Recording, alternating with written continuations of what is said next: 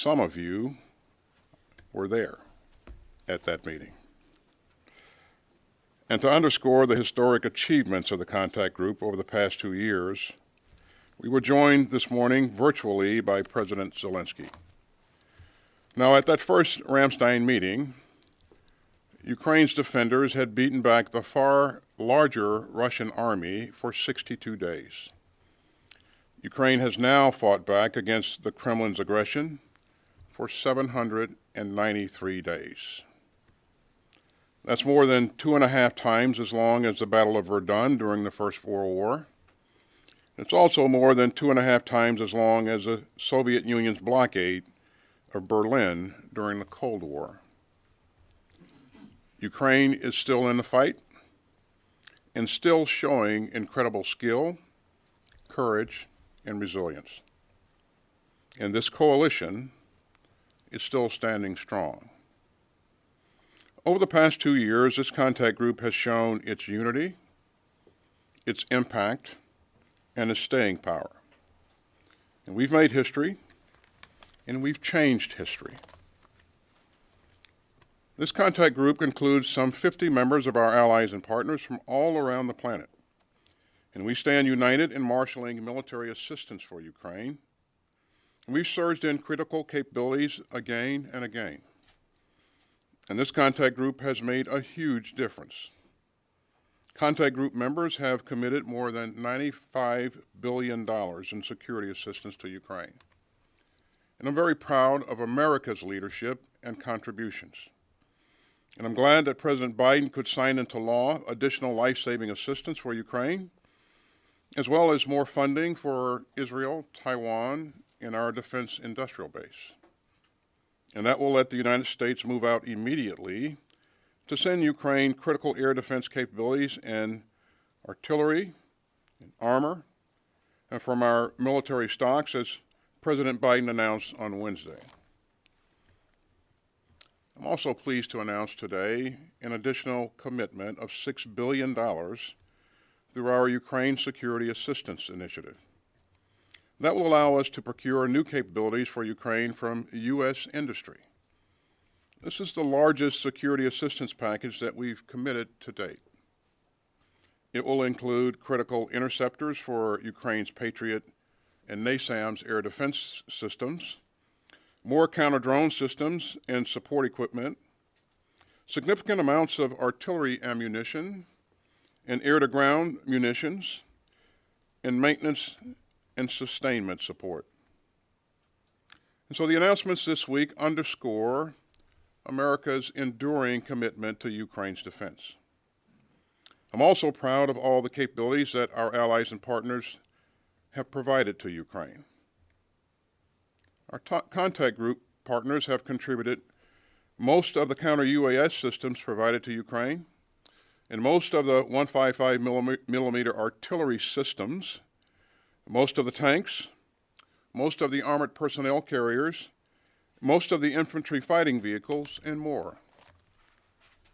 And throughout Putin's war of choice, these contributions have been crucial, and they've saved countless Ukrainian lives. So 2 years later, this contact group stands strong, and this coalition stands together. And we will not falter, we will not flinch, and we will not fail. Together we'll continue to work on 2 tracks: rushing Ukraine the capabilities to meet its urgent battlefield needs, and helping Ukraine to build the future force to stave off and deter Russian aggression over the longer term. On that first track, we pushed especially hard today to rush in more air defense systems and interceptors. And on the second, this contact group is working with Ukraine to help it move forward, help it move toward a robust, efficient, and self-reliant defense industry. Now, much of this work is taking place in the contact group's new capability coalitions. These coalitions are looking for ways to further strengthen Ukraine's capabilities. And they're identifying where and how to boost Ukraine's capabilities in such areas as air defense, air power, artillery, maritime security, armor, information technology, demining, and UAVs. I'm grateful to all the countries heading up the 8 capability coalitions that are now up and running. Now, when this contact group first met at Ramstein, I said that Putin never imagined that the world would rally behind Ukraine so swiftly and surely. And I said that this coalition reflects a galvanized world. It still does. And the nations of goodwill that gather today understand what's at stake for Ukraine, for Europe, for the United States, and for the world. The outcome in Ukraine will determine the trajectory of our times. If Putin prevails in Ukraine, the security consequences would be grave and global. Europe would face a security threat that it hasn't seen in our lifetimes. As President Biden has noted, Russia will not stop in Ukraine. If Kremlin gets its way, if Putin's war of imperial aggression succeeds, every tyrant on earth will take note. So we've got a rare chance to shape the kind of world that our children and grandchildren live in. Putin's war is a frontal assault on the very idea of an open world of rules, rights, and responsibilities. And over the long haul, the cost of standing firm would be dwarfed by the price of caving in. As we saw again today, that's clear to this extraordinary contact group and to our galvanized world. And with that, let me turn it over to General Brown. Thank you, Mr. Secretary. Good afternoon, everyone. In moments of challenge, history can reflect insights that inform the present. Shortly after the Korean War armistice, George Marshall accepted a Nobel Peace Prize for the Marshall Plan and said, "For the moment, the maintenance of peace in the present hazardous world situation does depend in a very large measure on military power together with allied cohesion." Marshall believed that military power was necessary but not sufficient. He continued, "I believe there is, however, a readiness to cooperate, which is one of the great and hopeful factors of the world today. We must stand together strongly." These principles, military strength and international cooperation, are more important than ever and serve as a cornerstone of our commitment to uphold the sovereignty of nations such as Ukraine. The work of the Ukraine Defense Contact Group is firmly rooted in these principles. Once again, I want to thank Secretary Austin for your leadership in steering this international coalition, which has been meeting for 2 years. Thanks also to Defense Minister Umerov and General Syrski, who joined us today, for their resilient leadership of Ukraine's armed forces. And to all nations attending the UDCG today, their efforts remain invaluable to this coalition's work supporting Ukraine. Russia's war in Ukraine endangers the sovereignty of nations and the rule of law, reminding us that unchecked aggression against one nation threatens the sovereignty of all. As Marshall said, the role of military power, in this case a strong Ukraine, combined with support from a unified coalition, is crucial to responding to unprovoked hostility. Russia's ongoing aggression against Ukraine and Ukraine's fight for sovereignty is a matter of international significance, a direct challenge to global security and that of NATO and the United States. Ukrainian forces are facing severe challenges. Their operational tempo is hindered not by lack of will, but by dwindling supplies. Ukrainian soldiers continue fortifying defenses against significant odds, knowing that their armament cannot stop a resurgent Russian force without sustained military support to Ukraine. Meanwhile, Russia is aggressively reconstituting its military force. using its numerical advantage to wear down Ukrainian resolve and resources. In the U.S. military, we often say hope is not an effective course of action. Yet, Ukraine has been left hoping for urgent replenishments of air defense, artillery, and armor. And that is why we all need to operate with a sense of urgency. The recently passed U.S. National Security Supplemental provides a vital lifeline to Ukraine at a critical junction in this conflict. And 2 days ago, the United States announced a very significant $1 billion security assistance package that will provide much-needed munitions and support to Ukraine. This package includes capabilities, weapon systems, and munitions that will help shore up Ukrainian defenses and provide critical air defense munitions, protecting Ukrainian forces, critical national infrastructure, and population center, helping to counter Russia's plan of outlasting Ukraine. Leadership of the UDCG matters. It's absolutely critical. It drives action. Leaders don't stand on the sidelines. This support to Ukraine is not just for Ukraine. Our efforts to assist Ukraine sets an example. Should Russia win, the repercussions will be felt well outside Ukraine's borders, risking further escalation. The fight in Ukraine is not just a distant battle. It's about preventing a wider conflict that could potentially draw others deeper into prolonged armed engagements. What happens in one corner of the world doesn't stay in one corner of the world. This is what George Marshall knew. Peace and security are achieved through military readiness and collective effort. The efforts of this coalition help uphold an international order that benefits the populations of all countries who seek freedom, democracy, and the rule of law. Thank you, and I look forward to your questions. Thank you both, gentlemen. Our first question will go to Associated Press. Lita. Hi, good afternoon. Thank you so much. Mr. Secretary, President Zelensky this morning made it clear that his country needs Patriot systems, not just the munitions that go with it. Can you say how much, if any, progress you all made today on that, considering a number of allies have expressed reluctance in sending these systems that they just don't have very many of? And Mr. Chairman, if I could switch to a different topic for you. On Gaza, a lot of the aid agencies are very concerned about security in and around the port, particularly as things move ahead to distribution of aid. What assurances have you gotten from the Israelis about security at the port, including from their own troops who have had incidents where they have killed aid workers? Can you just talk a little bit about that? Well, thanks, Lita. In terms of Patriots and what will they be able to do going forward, it's left to be seen, but I can tell you that we continue to work on this in a very earnest manner. All of the countries that have Patriots certainly value that capability.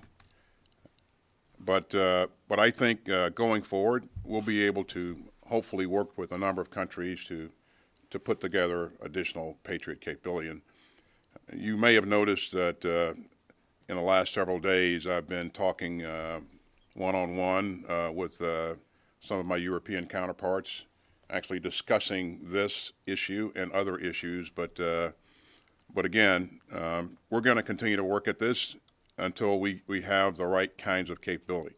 Now, I would point out that it's not just Patriot that they need other types of systems and interceptors as well. And so I would caution us all in terms of making Patriot the silver bullet.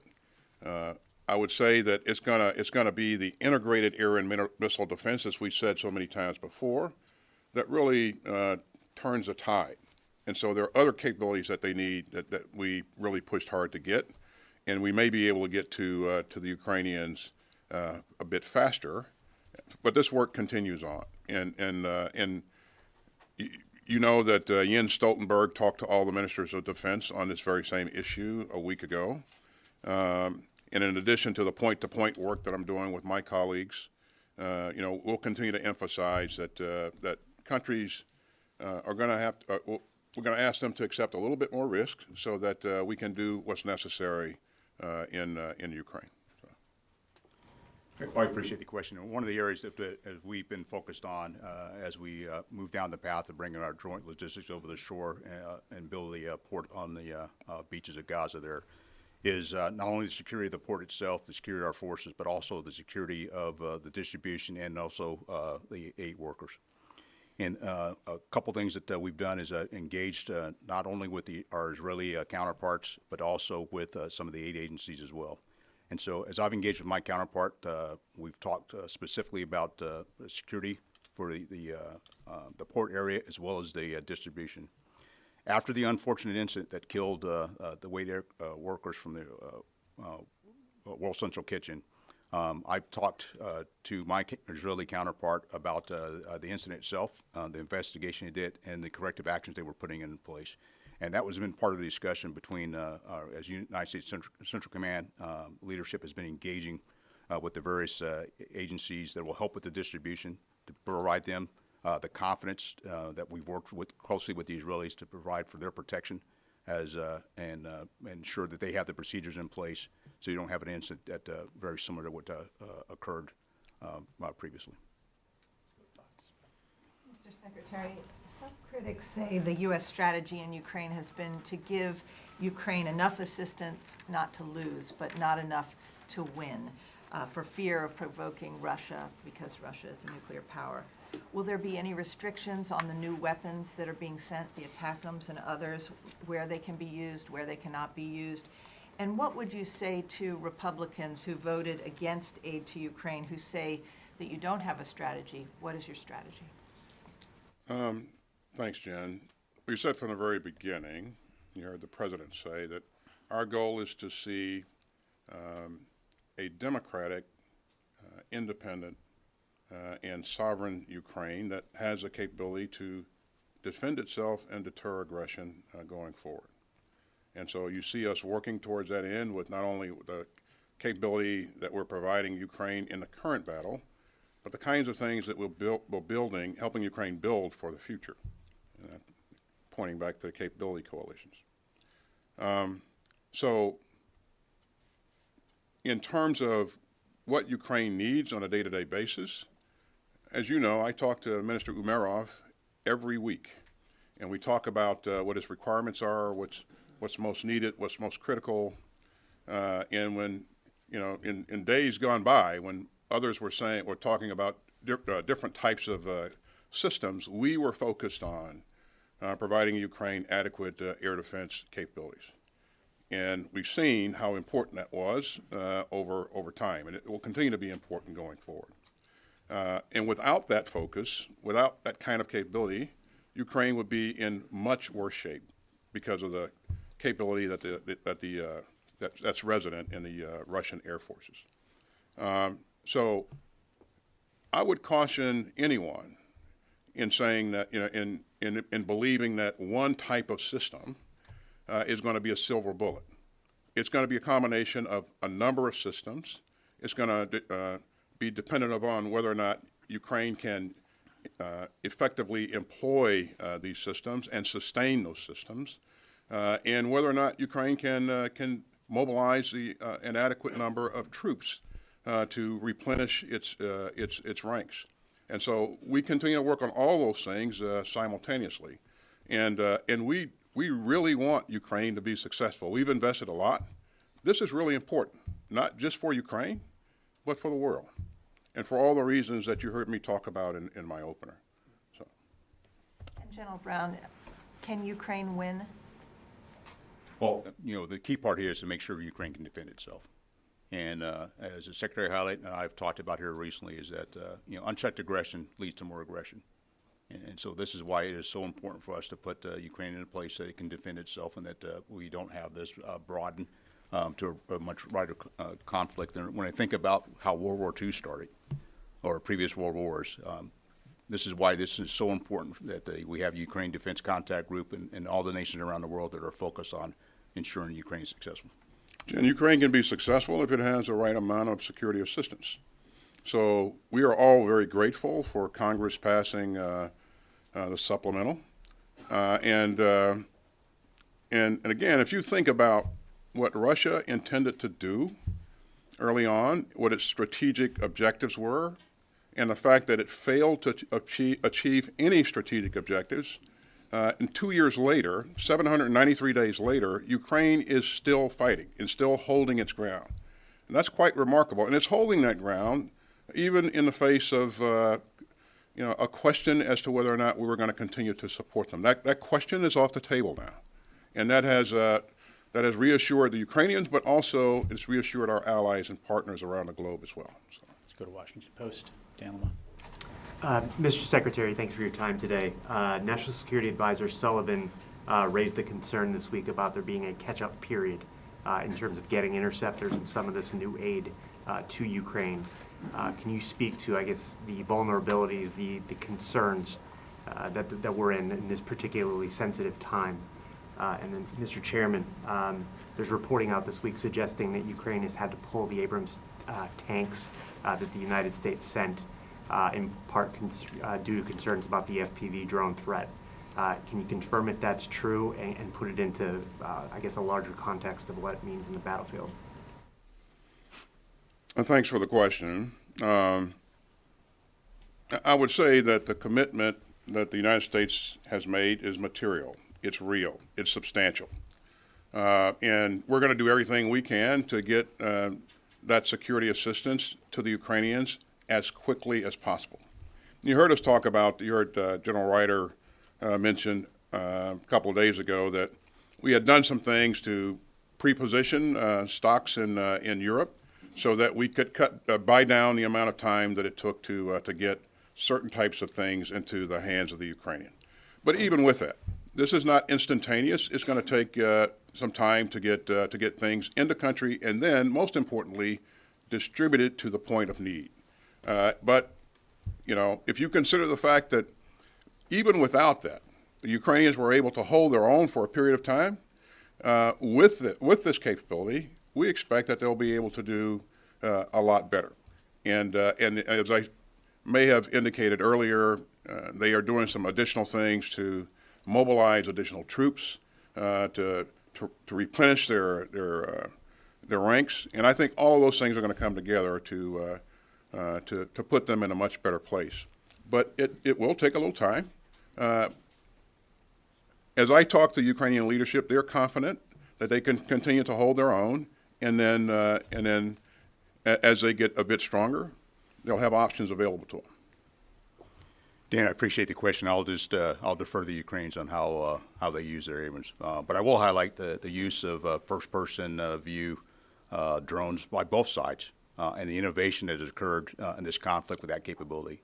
And there's something that I think we can all learn from how we're able to adapt in conflict, and that the character war using various weapon systems through innovation. And this is why, as an Air Force Chief of Staff and as a chairman, I have been very focused about how we bring innovation and how we move much more quickly to ensure we can adapt in any type of battlefield environment.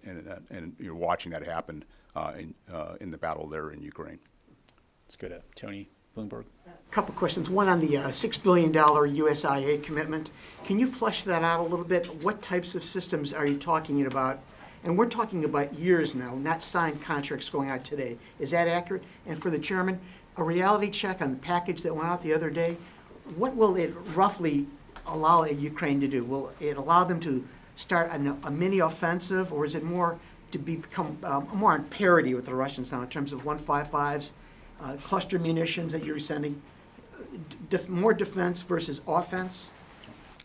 Thanks, Tony. In terms of how long it will take to deliver the capability that we're investing in with the USAI funds, it depends. It depends on the type of system.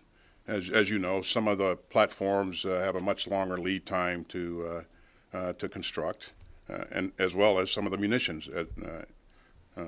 So it depends. You can rest assured that we're going to move as fast as we can to get them the capability, as fast as industry can produce, but we will move at the speed of industry. And we're investing in industry as well so that they can expand their capacity. And some of what's in that supplemental allows us to do that. The types of things that we're investing in are the same types of things that you heard us talk about earlier. they need air defense interceptors. They need artillery systems and munitions.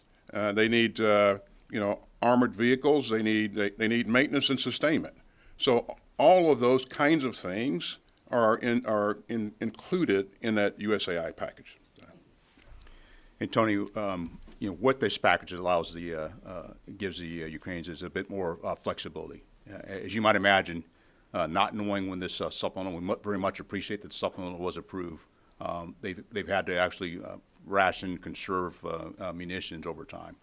And so with this package and the follow-on package, because of the supplemental, gives them a bit more flexibility to be able to operate and use that capability effectively against the Russian threat. Okay, let's go to VOA and then I'll monitor. Thank you, Mr. Secretary. What made you change your mind on providing long-range ATACMS? Will they be included in the $1 billion package that was announced earlier this week? And since you talked about this will take time, has any of the aid from the $1 billion package actually reached Ukraine at this point?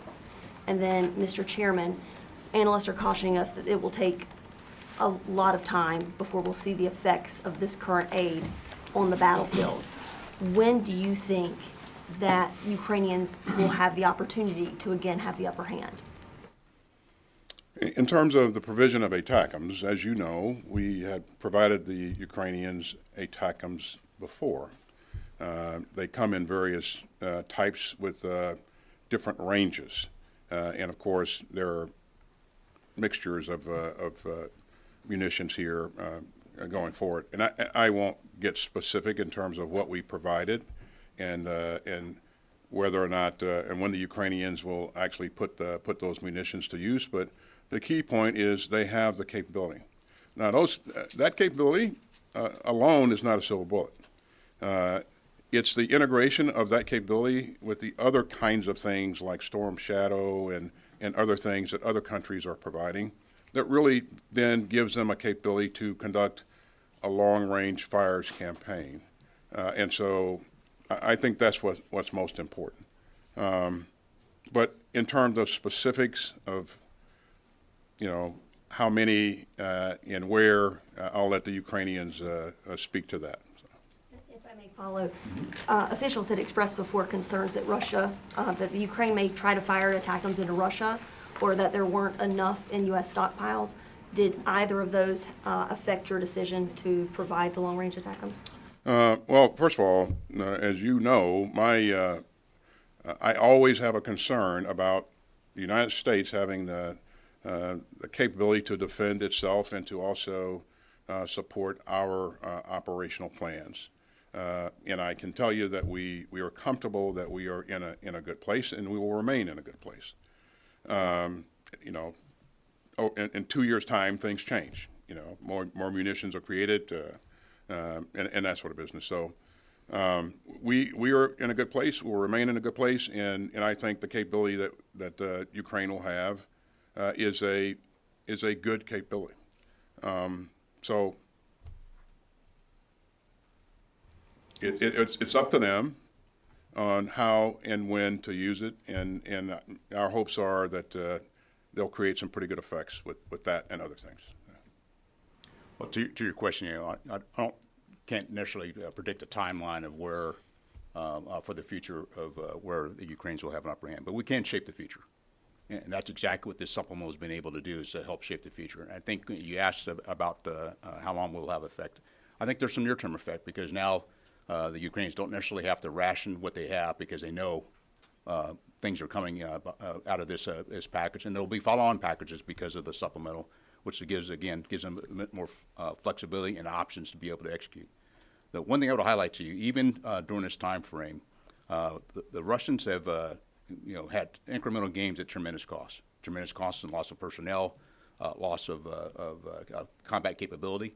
And so I do see the Ukrainians with this additional support, not only from our supplemental, but as I've engaged with, matter of fact, engaged with a number of my counterparts this morning, they highlighted how important our supplemental was to actually help lead. And as I said in my opening remarks, leaders don't stand on the sidelines, and the fact that we step up and provide this supplemental helps to energize, and we saw some of that today as we engage with the counterparts in the UDCG.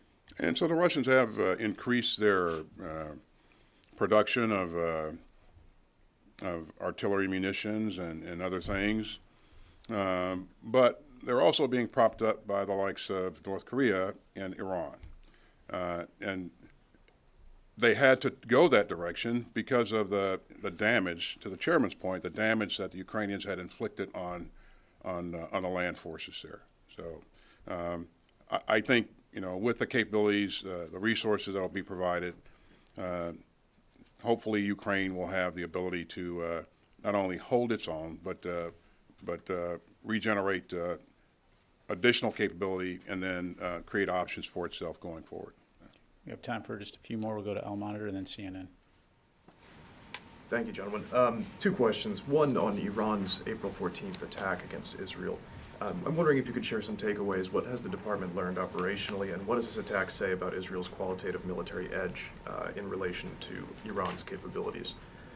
Secondly, on the Gaza humanitarian pier operation, how confident are you in this integrated security plan with the Israeli military, and do you have any concerns that close proximity of the IDF to onshore logistics may draw Hamas fire and potentially put aid workers at risk?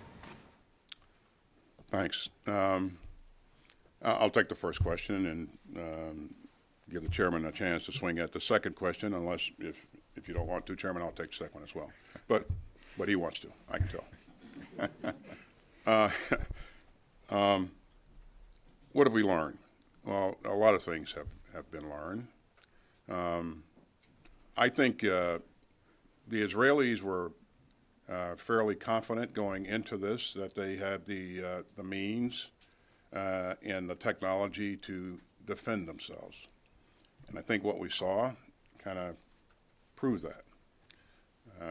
There were in excess of 100 ballistic missiles fired at Israel. Only a couple got through.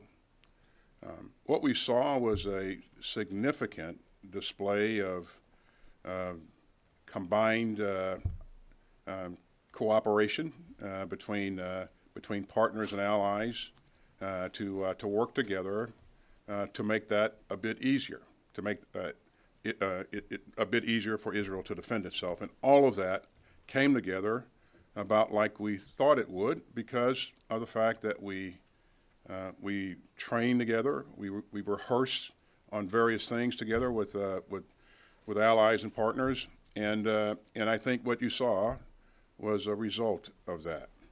Now, what the Iranians learned, I'm not really sure, but what they should learn is that, first of all, their systems don't work as advertised. That they employed a lot of munitions with the intent on creating significant damage in Israel, and none of that worked. So that should give them pause, and they should be questioning the effectiveness of their weapon systems and their planning, and I'm sure that some of that's probably going on right now. If not, it should be. So hopefully they don't walk away from this overconfident that they can do this at will, because I think Israel has demonstrated that it has a significant ability to defend itself. So.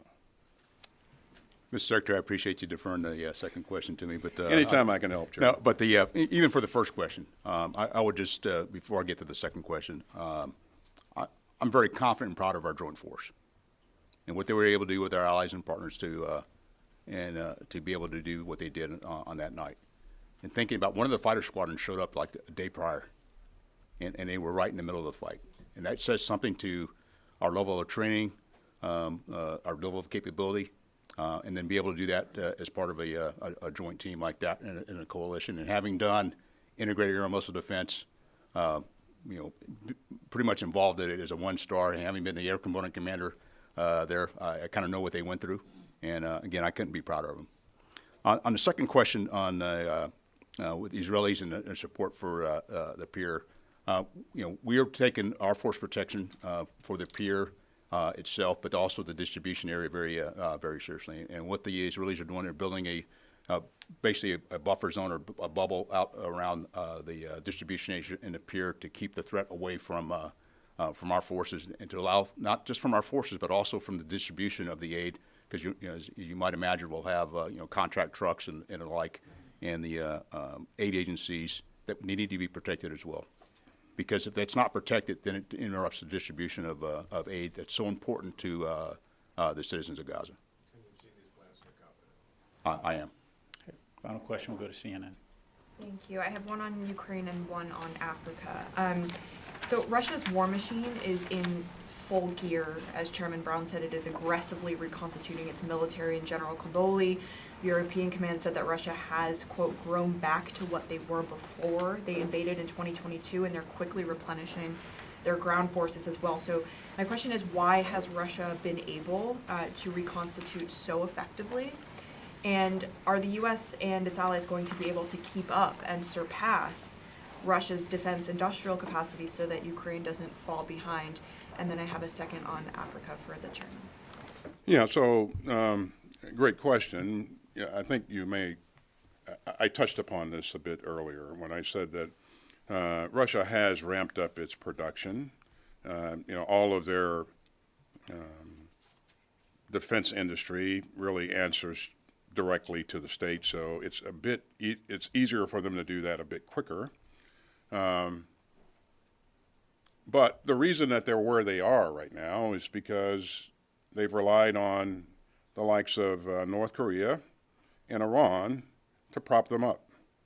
And without that, they'd be in a much worse position. And with that, even with that, you ask whether or not we're going to be able to increase production in a way that not only enables Ukraine, but also allows us to replenish our inventories across the board? My answer is yes. We have been focused on expanding the capacity of the industrial base for some time. What's in that supplemental, as I said earlier, there are monies in that supplemental that enable us to do that. And in our industrial base, as I have engaged the leaders of many of the companies, they are digging in and moving out and looking for ways to shorten production times and expand capacity. Unfortunately, none of that's instantaneous. But when the United States is faced with a challenge, we will rise to meet that challenge. We always have, and we always will. And Chairman Brown, the U.S. is preparing to fully withdraw troops from Niger, and Special Operations Forces, according to reports, will be withdrawn from Chad as well. So how will these withdrawals affect the U.S.'s counterterrorism operations there? And more broadly, is the U.S. losing to China and Russia on the continent? Well, one of the areas that we're focused on is to continue our CT operations and continue our influence and work with many of the African nations that are on the continent. And so as we are working through and adjusting, this is a conversation I've had with General Langley on how we can still continue to do our counterterrorism at the same time into our influence and work with the various nations within the region. And so it's important that we stay engaged, and that's what we're doing. And as we have to shift, as we work with the various countries, as the Secretary has told me several times, we've got to have willing partners in certain areas to make sure we are able to execute, and that's something that AFRICOM is working through as we adjust. And we've proven that we can do counterterrorism any place in the world. We have the capability to strike and hold any target at risk anywhere in the world. And again, that's why I'm so proud of our military and our capability. Do we have to adjust sometimes based on the dynamics? Yes, we do. But that's the capability we have for our force to be able to adjust. Question of influence, losing it to China and Russia? Well, I mean, this is part of the conversation we've had. It's about it's CT, but at the same time, our influence as we work with the various nations. And I think one of the things that I find is I've engaged not just in Africa but around the world, how much U.S. leadership is valued. And some of our adversaries will do things financially, but do not have that long-term relationship with shared values, shared objectives that we have with many of our partners around the world. It's a big continent, and there are many countries on the continent that really do, to the chairman's point, value their relationship with the United States. I was just in Africa in the fall, and I was struck by how true that was or is, that countries really value their relationship with us, and in some cases, countries that we haven't had a strong relationship with in the past. are stepping forward saying that they'd like to have a better relationship with the United States. So, Secretary Austin, General Brown, thank you very much, gentlemen. Ladies and gentlemen, this concludes our press briefing. Thank you very much for joining us today. thanks, everybody. Thank you.